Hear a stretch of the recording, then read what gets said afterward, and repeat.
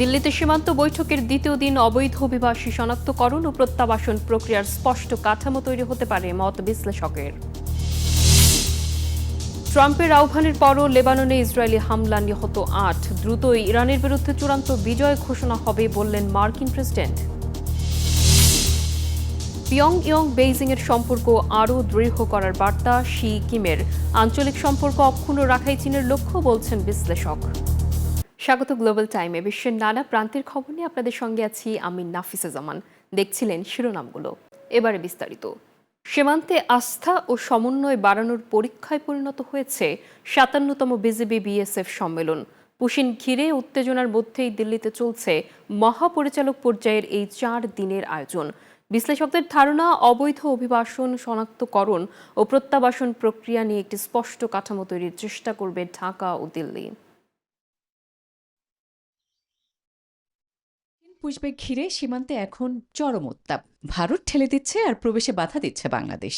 তাই দুই দেশের মধ্যবর্তী শূন্যরেখায় অবস্থান করছেন অনেকেই। দেখা দিয়েছে মানবিক বিপর্যয়ের শঙ্কা। এমন কঠিন বাস্তবতার মধ্যেই দিল্লিতে চলছে বিজেপি ও বিএসএফ এর মহাপরিচালক পর্যায়ের ৪ দিনের সম্মেলন। সীমান্ত উত্তেজনা বাড়ায় এবারের বৈঠক গুরুত্ব পাচ্ছে আগের তুলনায় অনেক বেশি। বিশ্লেষকরা বলছেন, পশ্চিমবঙ্গের নতুন রাজনৈতিক সমীকরণ এবং মোদী সরকারের কঠোর সীমান্ত নীতির প্রভাব এই বৈঠকে পড়তে পারে।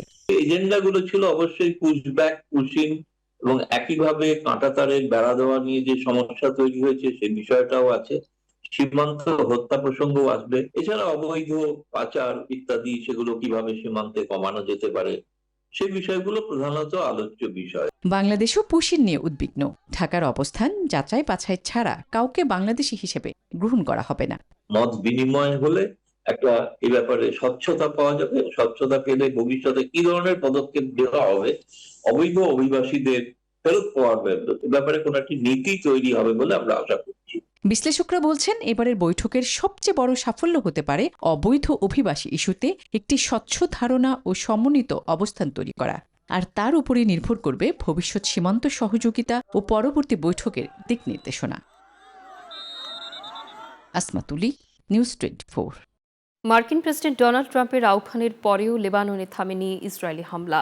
মঙ্গলবারও তেল আভিভের হামলায় বৈরুতে ৮ জনের প্রাণ গেছে। তবে এ নিয়ে হুঁশিয়ারি দিয়েছে ইরান। লেবাননে আগ্রাসনের ফের জবাব দেওয়ার বার্তা দিয়েছে তেহরান। অন্যদিকে শিগগিরই ইরানের বিরুদ্ধে চূড়ান্ত বিজয়ের ঘোষণা দেওয়া হবে বললেন মার্কিন প্রেসিডেন্ট, যার মধ্যস্থতায় রয়েছে পাকিস্তান। মধ্যপ্রাচ্যের উত্তপ্ত রণাঙ্গনে আবারও পাল্টে গেল দৃশ্যপট। একে অপরের দিকে সরাসরি মিসাইল ও ড্রোন ছোড়া বন্ধ করেছে ইরান ও ইসরায়েল। তবে তেহরান সাফ জানিয়ে দিয়েছে, লেবানন সহ এই অঞ্চলে ইসরায়েল যদি নতুন করে কোনো আগ্রাসন চালায়, তবে কাল বিলম্ব না করেই আবারও পাল্টা হামলা শুরু করবে তারা। ইসরায়েলের প্রধানমন্ত্রী বেনিয়ামিন নেতানিয়াহুকে ডোনাল্ড ট্রাম্প সতর্ক করেছেন, সাবধান না হলে ওয়াশিংটনের সমর্থন হারাবে তেল আবিব। পাশাপাশি 2 সপ্তাহের মধ্যে ইরানের বিরুদ্ধে চূড়ান্ত বিজয়ের ঘোষণা করা হবে বলেও জানান মার্কিন প্রেসিডেন্ট। এদিকে পাকিস্তানের মধ্যস্থতায় ওয়াশিংটনের সাথে চুক্তির পথে হাঁটছে তেহরান। জাতিসংঘে ইরানি দূতের আশা, চলতি জুনেই মিলবে কাঙ্ক্ষিত ফয়সালা। তবে ট্রাম্পের এমন কড়া কথার সঙ্গে বাস্তব কাজের মিল থাকা অত্যন্ত জরুরি বলে মনে করছেন বিশ্লেষকরা। যতদিন পর্যন্ত ওয়াশিংটন ইসরায়েলকে বিপুল অঙ্কের সামরিক সহায়তা দিয়ে যাবে এবং আন্তর্জাতিক অঙ্গনে তাদের সব অন্যায় থেকে রক্ষা করবে, ততদিন এসব ফাঁকা কথার বাস্তবে কোনো দাম নেই। মার্কিন নীতির প্রকৃত বদল ছাড়া মধ্যপ্রাচ্যে এমন সাময়িক যুদ্ধবিরতি কখনোই দীর্ঘস্থায়ী শান্তি আনবে না বলেই মত বিশ্লেষকদের। নিবির আমিন, নিউজ 24। দক্ষিণ ফিলিপাইনের সেরাঙ্গানি উপকূলে 7.8 মাত্রার ভয়াবহ ভূমিকম্পে নিহতের সংখ্যা বেড়ে 37 জনে দাঁড়িয়েছে। এর মধ্যে দাভো এবং সোকসার্জেন অঞ্চলেই প্রাণহানি ঘটেছে সবচেয়ে বেশি। ব্যাপক ক্ষয়ক্ষতি হয়েছে জেনারেল সান্তোস শহরে। এছাড়া আহত হয়েছেন 144 জন। এখনও নিখোঁজ রয়েছেন আরও 4 জন। ধসে পড়া ভবনের পাশেই সন্তানের অপেক্ষায় মা, জীবিত অথবা মৃত। ছেলেকে শেষবারের মতো দেখার ইচ্ছে 65 বছর বয়সী দিওসোলিন্ডা দেলুভিওর। ছেলের ছবি হাতে নিয়ে সন্তান হারানো এ মায়ের বিলাপে ভারী হয়ে উঠেছে ফিলিপাইনের আকাশ বাতাস। একজন মা হিসেবে এটা মেনে নেওয়া কঠিন যে আমার ছেলে এখনো ধ্বংসস্তূপের ভেতরে। এটা মেনে নেওয়া আসলেই কষ্টকর। আমার একমাত্র প্রার্থনা আজই যেন তাকে উদ্ধার করা হয়। সোমবার স্থানীয় সময় সকালে 7.8 মাত্রার ভয়াবহ ভূমিকম্পে কেঁপে ওঠে দেশটির দক্ষিণাঞ্চলীয় মিন্দানাও দ্বীপ। এর গভীরতা ছিল ভূপৃষ্ঠ থেকে মাত্র 10 কিলোমিটার গভীরে। ভয়াবহ এ ভূমিকম্পে সবচেয়ে বেশি প্রাণহানি ঘটেছে দাভাও এবং সোকসার্জেন অঞ্চলে। ক্ষয়ক্ষতি বেশি হয়েছে সোকসার্জেনের জেনারেল সান্তোস শহরে। এখন পর্যন্ত 1055টি আফটার শক রেকর্ড করেছে Philippine institute of volcanology and seismology. এছাড়া নিখোঁজদের উদ্ধারে অভিযান অব্যাহত রয়েছে। এদিকে ভূমিকম্পে বাস্তুচ্যুত হয়েছেন প্রায় 23,000 মানুষ। দুর্গত এলাকায় দ্রুত ত্রাণ ও সহায়তা পৌঁছে দিতে কাজ করে যাচ্ছে সরকার। পাশাপাশি হাসপাতালগুলোতে নিরবিচ্ছিন্ন চিকিৎসা সেবা নিশ্চিত করতে জেনারেটর ও জ্বালানি সরবরাহ করা হচ্ছে। আফরিন মৌ, নিউজ 24। বিশ্বজুড়ে রাজনৈতিক অস্থিরতার মধ্যেও চীন উত্তর কোরিয়ার দৃঢ় সম্পর্কে কোনো ভাঁটা পড়বে না। পিয়ংইয়ংয়ের উত্তর কোরীয় নেতা কিম জং উনের সঙ্গে বৈঠকে এমন মন্তব্য করেন চীনের প্রেসিডেন্ট শি জিনপিং। স্পষ্ট করেন পারস্পরিক কৌশলগত স্বার্থই এখন সবচেয়ে বেশি গুরুত্বপূর্ণ।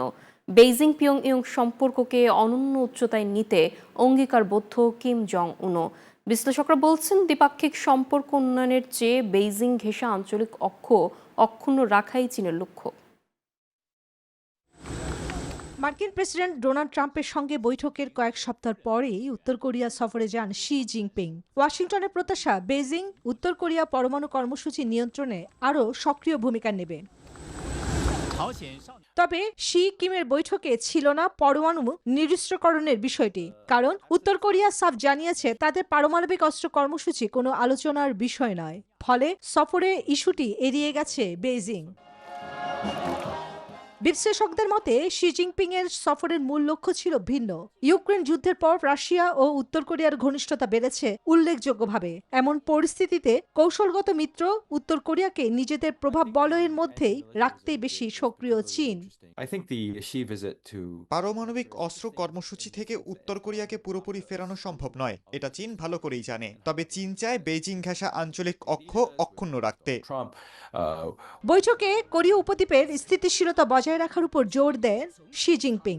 আর কিম জং উন অঙ্গীকার করেন বেইজিং পিয়ংইয়ং এর সম্পর্ককে নতুন উচ্চতায় নিয়ে যাওয়া। ফলে পরমাণু কর্মসূচি ছাপিয়ে পারস্পরিক কৌশলগত স্বার্থই এখন চীন উত্তর কোরিয়া সম্পর্কের প্রধান ভিত্তি বলে মনে করা হচ্ছে।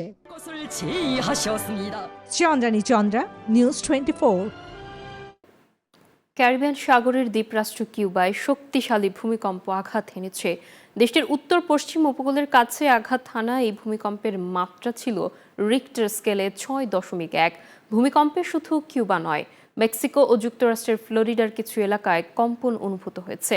মার্কিন ভূতাত্ত্বিক জরিপ ইউএসজিএস জানিয়েছে ভূমিকম্পটির কেন্দ্রস্থল ছিল কিউবার মান্তুয়া শহর থেকে প্রায় 104 কিলোমিটার পশ্চিম উত্তর পশ্চিমে।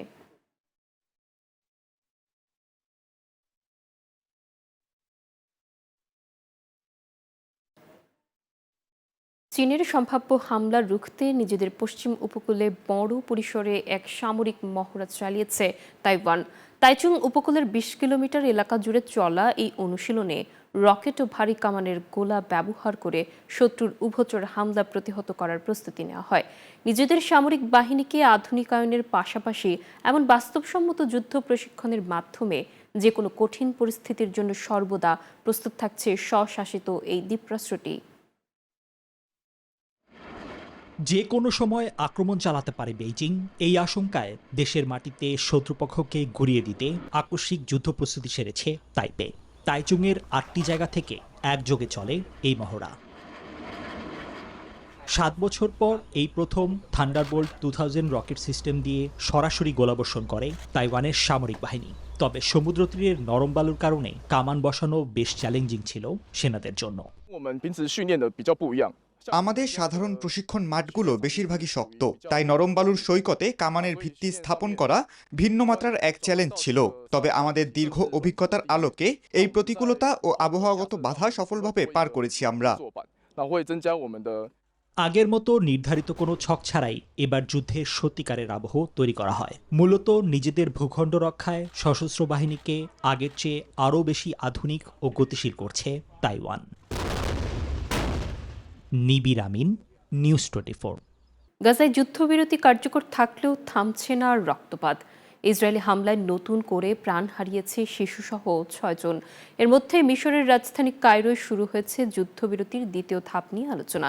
এতে অংশ নিয়েছে কাতার, তুরস্ক, মিশর ও হামাসের প্রতিনিধি দল। বৈঠকে প্রথম ধাপের অসম্পূর্ণ প্রতিশ্রুতি বাস্তবায়ন, মানবিক সহায়তা বৃদ্ধির মতো ইস্যুগুলো গুরুত্ব দেওয়া হচ্ছে। এদিকে সীমিত পরিসরের রাফা সীমান্ত চালুর পুনরায় ঘোষণা দিয়েছে তেল আভিভ।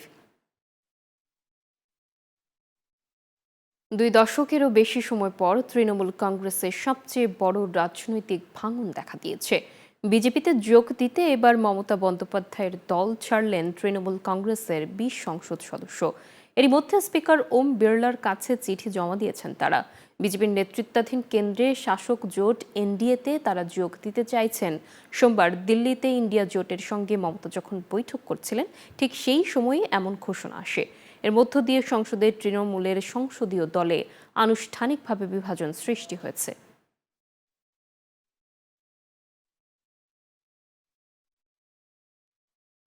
এই ছিল গ্লোবাল টাইমের এখনকার আয়োজনে। এতক্ষণ সঙ্গে থাকার জন্য সবাইকে ধন্যবাদ।